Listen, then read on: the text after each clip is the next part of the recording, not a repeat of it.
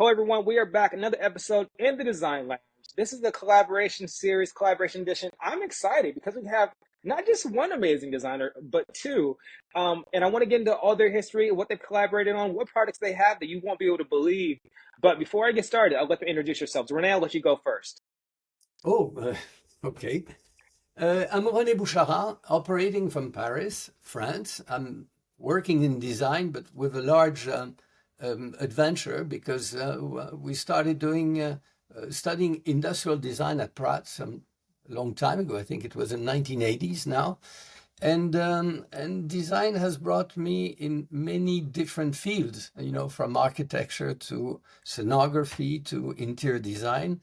And basically, we work out of Paris, but all over the world. Awesome. Yeah, I figured I knew you were in Paris. I was like, I'll let you start first. It's a little bit later there. We still have to. I just had my coffee. I need to let it kick in a little bit. I know, Simon, you're in Colorado right now. Explain everything you do and what kind of like your background. Yeah, well, thank you, and thank you for having us, of course, Brandon. And I was born and raised in Mexico City. That's my home, really. And where I studied industrial design as well in Pratt. That's where I met Renee. And basically, on my side, I got very much involved with furniture design, manufacturing of furniture. So we do have a manufacturing facility in Mexico, which we manufacture pretty much everything I design, and even things that Renee designed also as well, and and also I do a lot of interior design, like full interior design projects.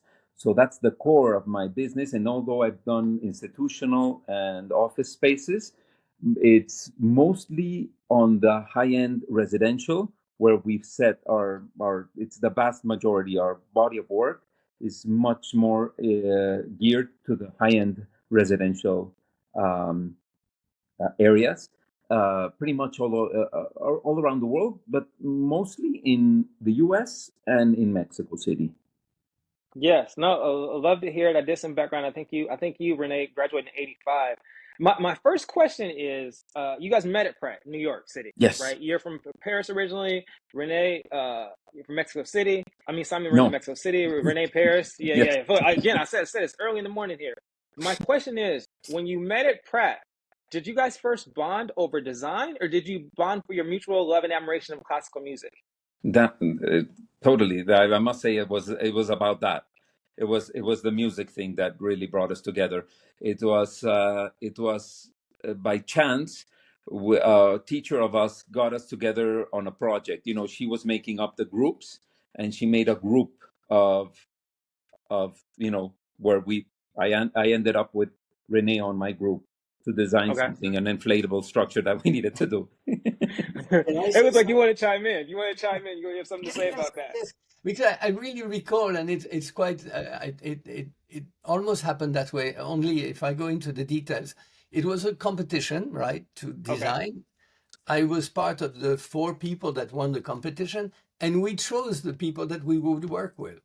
And I Oh, chose okay. you, Simon. Oh, okay. Yeah. Do you see? There you Okay. go. And And it was an inflatable structure, and it was quite an incredible project because we ended up doing something that was, I'm going to say it in meters. It was about what, 7, 8 meters length and about 6 meters height. And when it inflated, of course, we had to do it outside. It was a very beautiful structure. And what happened, which was amazing, was the fact that Simon packed it up and took it to Mexico and got arrested through customs, if I recall, right? Thinking he was smuggling something because the whole thing was folded, it was Yeah. transparent, and the guy was, deploying it and saying, "Wow, okay, where's the drug? Where's the drug?" What are you trying to get through the country? That is too funny. So it seems like Renee, you knew you wanted to collaborate with Simone from the very beginning. When you guys graduated, was your plan always to start your own design studios? And then also, had you at that moment when you were still in school, did you ever think about collaborating in the future? Oh, well, on my part, I must say that I had a very traumatic experience after school because there was at the time a military service, and so it Okay. kind of blocked the future. It was a horrible thing, which today I do think it's a good thing for a lot of people to do because they don't do it anymore because it helps a lot society in some senses. So it was kind of a block. And then of course, the only thing I knew that I had learned was design. And I had to start working in design. It was not an easy thing when you start. It's really complex. I had nobody in my family in design. Yeah. And naturally did competitions. And of course, with Simon, we still were friends. You know, I had joined the army. He was not so angry. So, okay, you have to do it. And so we kept a very close link. And of course, it was, you know, any occasion to see each other or to share a project was a sort of an embellishment. Of course, it was not taking us back to school. It was rather moving forward. And of course, when you see that design, maybe a capital of design, which still is Milano, Simon would come to Milano, we would meet in Milano, and the whole thing just is like a cooking pot, you know. And that's how it began. And of course, classical music was a definite bind, you know. That was a through on that connection point. Well, Simone, what was it like, that first project? What do you want to say about that? yeah, well, actually, I'm. It's good to know that he chose me. I don't know why, because I did Right? not Look know at him. us. I don't know what he We're saw in me, but I'll he tell you must have what I saw. saw. He knew. He I knew. suddenly arrived in this group, you know, and of course I knew nobody there, Mhm. and the only Yeah. thing that I was I had a passion for music, but not so much. My knowledge of classical music was somewhat limited, Okay. to be honest. But the thing that caught more my attention was that for some reason, I don't know why, but Rene used to carry scores, music scores, on Okay. like everywhere. Like he was in the classroom and he had music scores like right under his arm, and that caught my attention. Like I said, what this guy, either he knows something about music or he plays something or I don't know something. So that was my first impression. Like, okay, I gotta find out Yeah. what's the Yeah. deal with these scores. And yes, surely it turned out that he had a big passion for classical music. He was infatuated with Berlioz, at that time, because it stuck to me. He showed me this thing, this symphony that he made, and which I did not know, the Symphony Fantastique, which is of course a very known piece, but I did not know it at that time. Yeah. Yeah. And He introduced you to it. he introduced me to it and everything, and he showed me and he played it for me like 1, 2, 3, 4, 5 times. And the record player, the whole thing. And yes, I understood the whole thing, and that's kind of the path that led us to connect, each other, and then we became, best friends. We eventually moved together. Okay. He was living by very close to the university, to the Pratt campus, and I was living with an aunt, that I had in New York when I arrived. And then suddenly we said, oh, well, why don't we look for a place? And so we moved together to a little tiny home in a, family neighborhood, Italian family neighborhood in Staten Island, because we had a way to move around with a car. And so that was in a good, affordable place, So we went all the way to Staten Island. And that's where we turned the house into a big studio, and we did a lot of stuff in there together. No, it seems like that kinship was bonded through music, and like I said, now look at you now. What was that first project you guys collaborated on? Do you remember on the first? I know you guys have done many over the years, but what was that first project you collaborated on? Well, that it was this After inflatable thing. school, was this? Yes. Oh, was this, okay. Oh, after school, no, because then one of our last projects we did something also together very important. It was a proposal for the Brooklyn Promenade by Okay. Brooklyn Heights that overlooks to Manhattan, and that was kind of our final project, if I can remember. It was one of the final projects. Simone, it should be mentioned here that it has some a small historical factor, which I do believe is important, because in the States, there was a sort of a legacy, a lady by the name of Rowena Reed, which was the founder of most of the foundation programs of design Hmm. in all over the United States. She had lived in Vienna, I think, or she had studied Bauhaus with Gropius, Walter Gropius, I think it was, at Yes. the end. Hmm.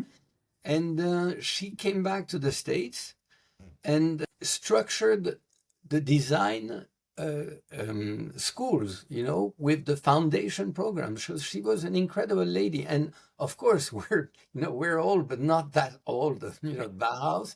We had her as a teacher. She was 86 years old, right? So Okay. she was not a young lady, but she was still teaching, and she was an amazing lady.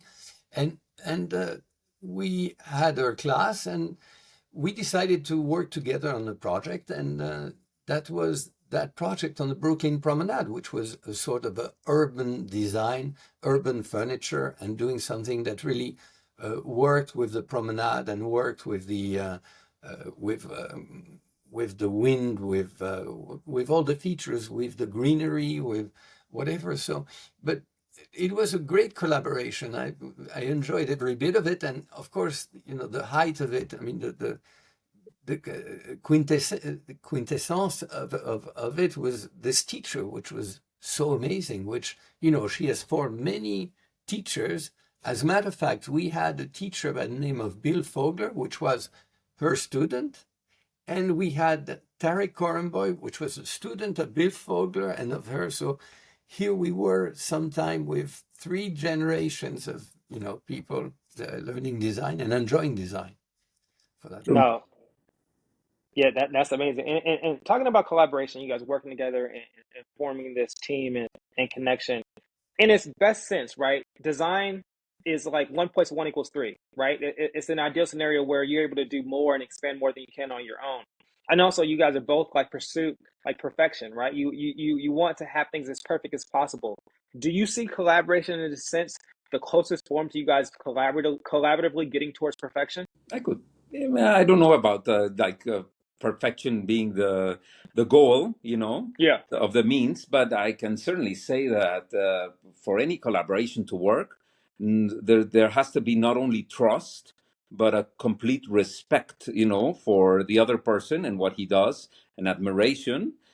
Because if it's not there, then it becomes like a little, kind of like Friction, a little bit of friction. friction. Exactly. And well, I have an enormous and absolute admiration for Rene in my part, and so I respect so fully what anything that he has to do and anything he has to say, and so that makes it a very easy starting point, for things to come together, I think. Yeah, I know both of you guys, industrial designers, myriad of different aspects of design. When you guys are working on a project and it's fully on 50-50, it's not like one person bring the other person in or whatever, when it's a truly joint project, how do you divvy up or decide who does what? Like what is that process like? Obviously you guys work together for so long, you both have admiration for what each other you do, so you know what you bring to the project collectively. But how do you decide who does what aspects of the project? Brandon, I do believe that what Simon has says is really a given. I share exactly the same point of view regarding him. And I want to say that this is sort of the legitimacy of this collaboration. Of course, there's perfection, but moreover, when I have this sort of an analysis of the design process, whereby we're really on the opposite of marketing, Okay. meaning that I often state the fact that marketing is about a deductive process whereby you're aiming and you're going into a goal. You have you're trying to do like a set theory to narrow down so that you really hit your audience, right? And it's Mm-hmm. like taking a funnel and looking from the large side, going Yeah. into the small side and pinpointing exactly what you want to do. Now, I find it a very horrible example. A practice. And Yeah. the best, I will take a small side and would say that Steve Jobs, when he was kicked out of Apple, there was this guy, I don't remember his name, that was the director of marketing of Pepsi Cola that was taken instead of him. And Okay. in 2 years, the company collapsed. And the reason for me is that the greatness of Apple was the intuitiveness, was the creativity in it, the design, all the components that are not about deduction, but it's about induction, meaning that it's taking that funnel, putting in the opposite side, looking from the small, tiny Okay. little hole and expanding. And when you expand, it means that you have design ideas. And the complexity of a designer, if there is one, or there are many subjects, is choosing the right idea. And the Gotcha. collaboration with Simon, meaning that we are on common grounds, it's like a binocular vision, meaning that if you want to see perspective, you need to have two eyes, else you don't see perspective. And the fact of sharing viewpoints, you get to a point, which is really interesting. And getting to a point is discussing and saying, okay, this works, this doesn't work. And it's not about ego. It's not about saying, Yeah. I'm better. No, it's in the perfection, never forget what you're aiming at. And it means forgetting yourself in that sense, no ego, just, Yeah. Doing it right. Making a No. dialogue, I would say, that's the process. Really, it's much more of a dialogue of design ideas and just back and forth, rather than structuring. Okay, you do this part, I do that part, and you do that part, and then we come together, we comment. No, it's more of a organic, I might say, a way of approaching it, and very, very natural. And yeah, it's just like dialogue, just like when you're Yeah. talking to somebody, but through design, at the Yeah. end. Yeah, It's just a constant communication. You don't compartmentalize or say this is this. It's you do this, I do this. It's a collab. It's a true collaboration in every sense of the word. it's a dialogue, because it's Yeah. it's it's that fluent, and it's that natural as Awesome. a Awesome. dialogue, Yeah. Yeah. as we're No, and speaking right now. Yeah. you guys have built it over years. And so with that, dog, with the collaborations, I know you have three major projects right now, or recent projects: the townhome in New York, the penthouse in New York, and then the Glenn Gould building in Toronto. Talk about those. I know those have to be exciting. Again, different aspects, different designs. But talk about that. And I would imagine specifically the Toronto.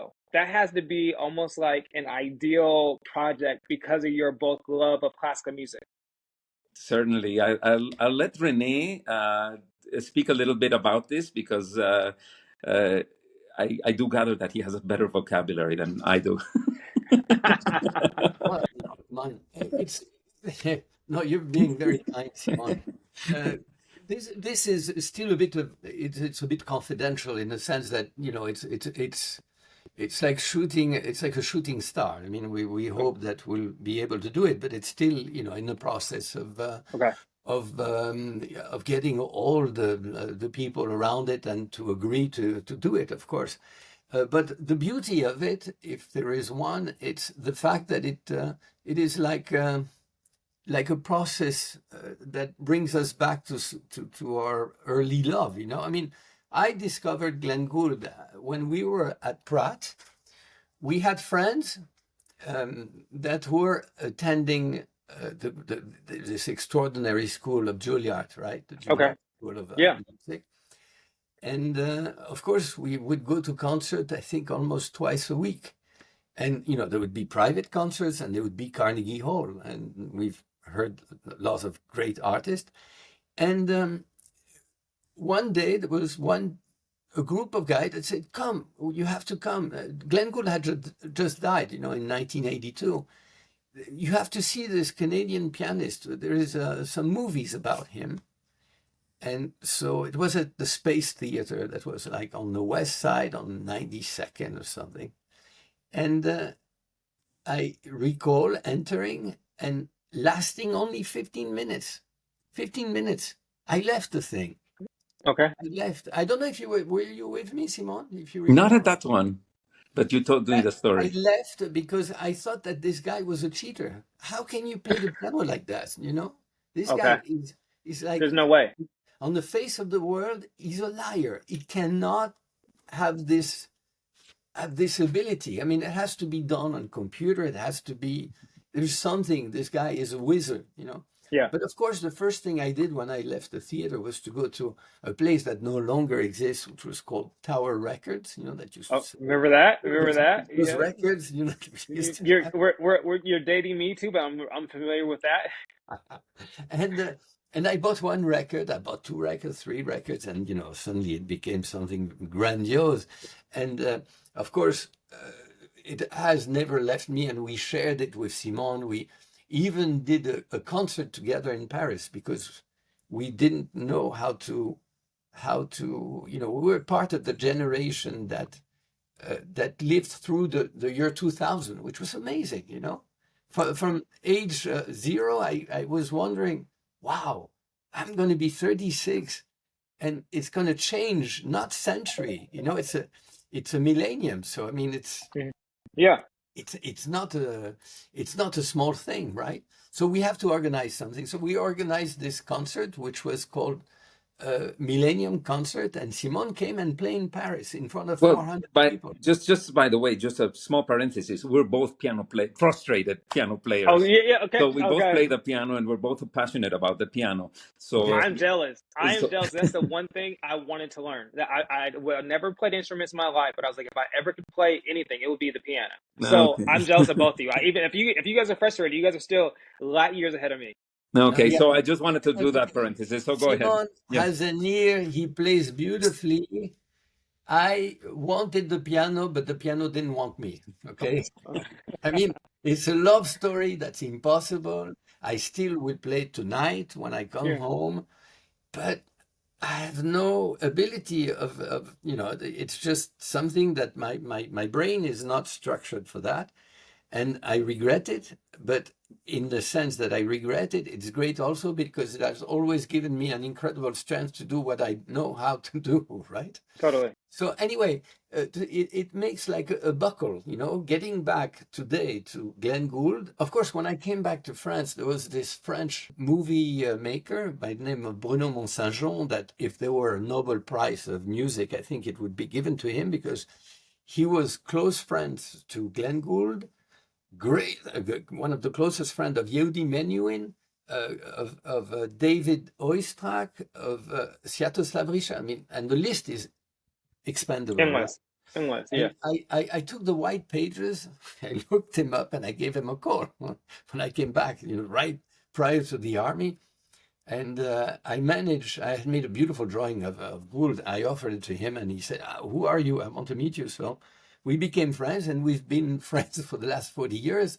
And this man, of course, has gotten me closer to Glenn Gould in the sense that he had all the archives and whatnot.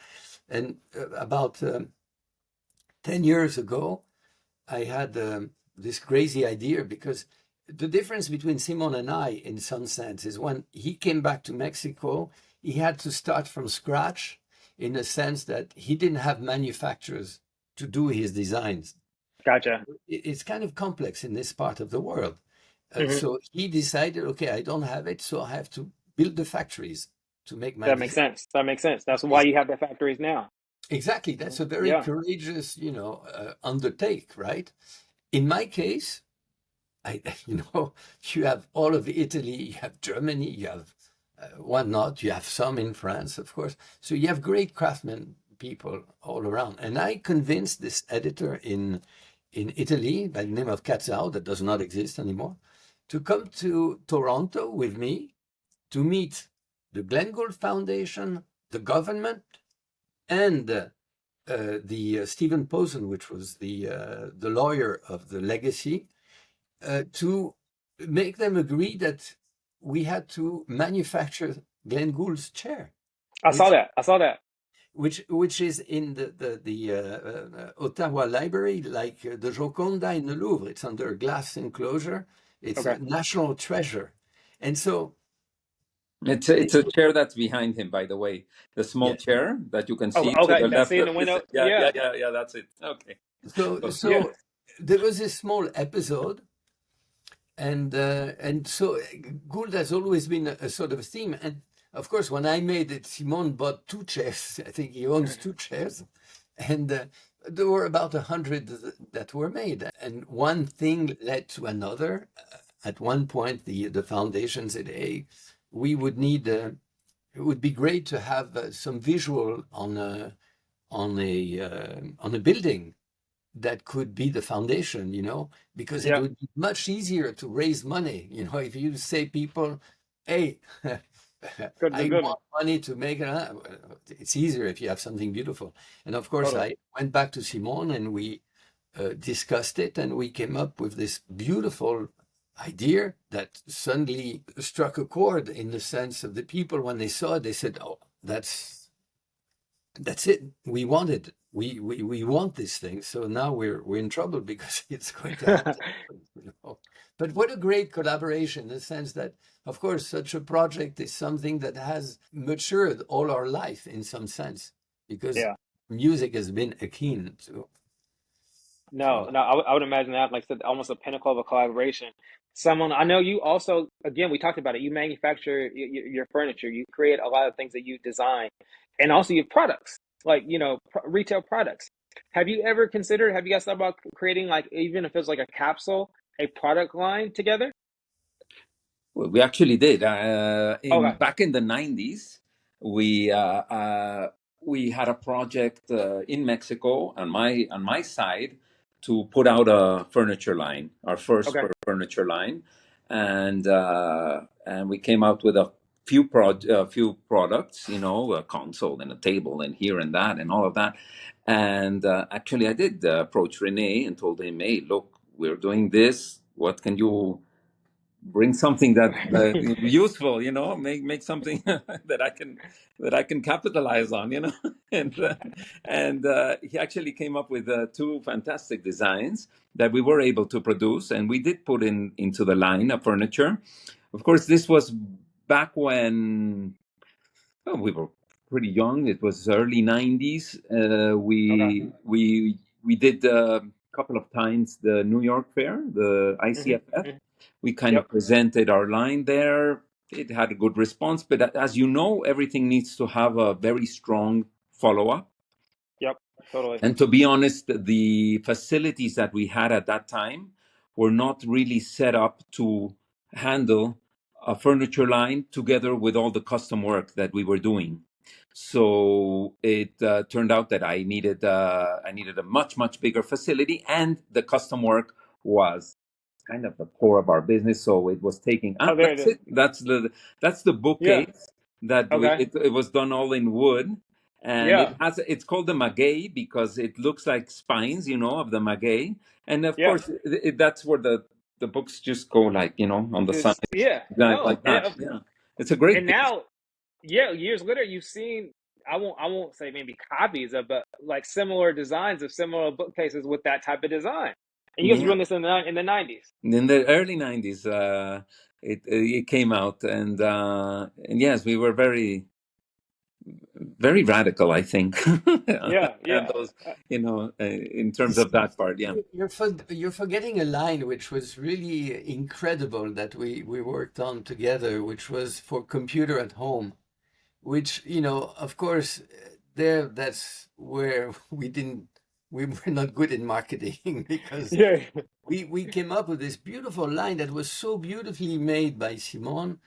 And the fact of the matter is that when people, you know, it was a time when computers were arriving at home, and so we decided that, oh, it's going to need furniture. But, you know, people at the time, it was not very affordable computers. They were expensive. Hmm. So of course they would buy, you know, they may even take credit because it's a bit of money. At the time you had to buy a screen, you had to buy the unit, you had to yeah, everything. Mhm. everything. So it ends up being, you know, a large amount. And so the people did not have money to buy the furniture afterwards, you know. So Right. it was, it was very, it was very adventurous. Nonetheless, let's say that on the positive side, it made us collaborate and see that things were going well, you know, in terms of it was feasible. We had Hmm. a common language, you know. Uh, Yeah. yes. And you guys develop that language, that vernacular, that, like you said, that dialogue, if you will. What are some of the products, or what can we expect in the future? What do you guys have coming out? I know you have, like, so we talked about the Glen Gould, we talked about a couple of the New York projects. Do you have anything else in the future we should be talking about? You want to give us insight on anything we should take note of? Yeah, well, on my part, I will say that I've been the adventurous one because I don't have a big company to run. You know, I mean, I'm not like Simon with so many people working for him and so many clients, very specific.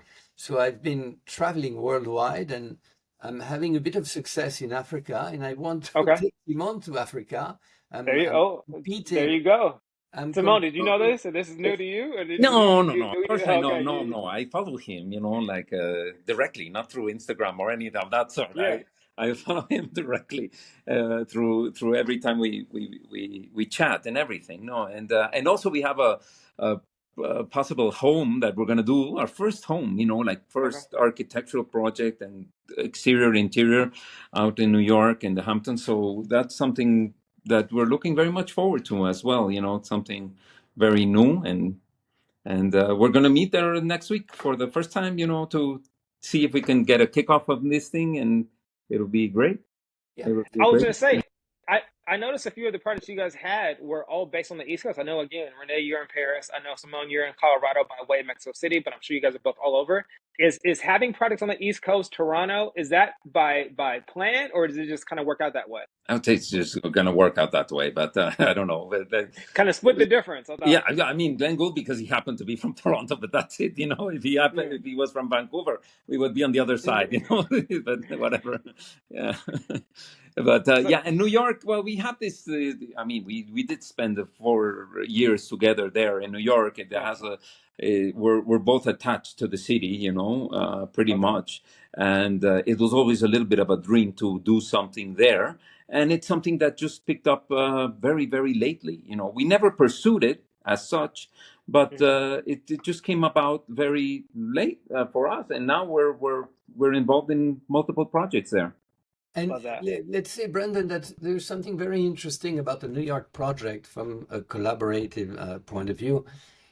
Usually, what happens in interior design is that the client is going to give you the space and you're going to make the decoration, Hmm. be it beautiful. Now, the chances and really the opportunity that we have with this project is to work on the opposite, meaning that, of course, we have a great idea in terms of the interior, but we're not going to be restricted by a space because we can Gotcha. start from scratch. And that's like a dream. And of course, there's always, at least in my part of the world, this incredible barrier, which is like a glass ceiling Hmm. between interior design and architecture. And I do recall a lecture at Pratt where it was the small Japanese that makes the light. What's his name? You recall, Simon? Okuda? No, no, no, no, no. A Oh, Japanese designer that does the lights, ah, the shades. I only know this guy, but it will come okay. back. And Noguchi, or I don't know. yes, Nagushi. Okay, Yes, Nagushi. Isamu Noguchi. Uh-huh. We used to say design architecture the same. I really do believe that if you have the ability to draw a small object, and understand its form, then you can think of a building, you can think of something which is much more grand because you will have this relationship to space. And of course, when you do interior design, you have an incredible sense of understanding of space in relationship to a body. It's called ergonomy, and it's really interesting, and of course, a style of living. So, Yeah, no, I love that design architecture being the same. I want to leave with the fact that you guys are both successful, won awards individually, right? With your practices, with what you do. Why collaboration? Can you talk about the beauty of collaboration and what that brings to both of you, maybe both professionally, but also just personally? well, life is unfortunately very short, and it gets shorter every day. And uh, being alive is about being happy and doing good for people around. And the chances that you have to meet beautiful people is is great when you get that chance. And I was so fortunate to meet Simone when I was, over a teenager, and that today to be able to continue that relationship is like cherishing it, developing it, and it's making so much sense in terms of a celestial harmony. It's beautiful because it just feels good and it makes a lot of sense from that point of view. And of course, this is very much more on the spiritual side than on the intellectual. But I Yeah. mean, I do think that this is great for us, but it's great also for the people around us. I think there's Absolutely. an array. Yeah. And Simone, what would you like to? What do you No, take from that? I already told you the vocabulary thing, and that's why I leave him to talk. It's my sentiments exactly, but I wish I would have said it as good as Rene. You know, But something about Parisian, they just make everything sound better. I tell you, something about you guys. Well, no, but I, really, I agree completely with what Rene said. It's all about just having a good time, just and enjoying the process more than anything. And I'm completely with that. And when you have a compatibility with somebody in up to that extent, everything changes.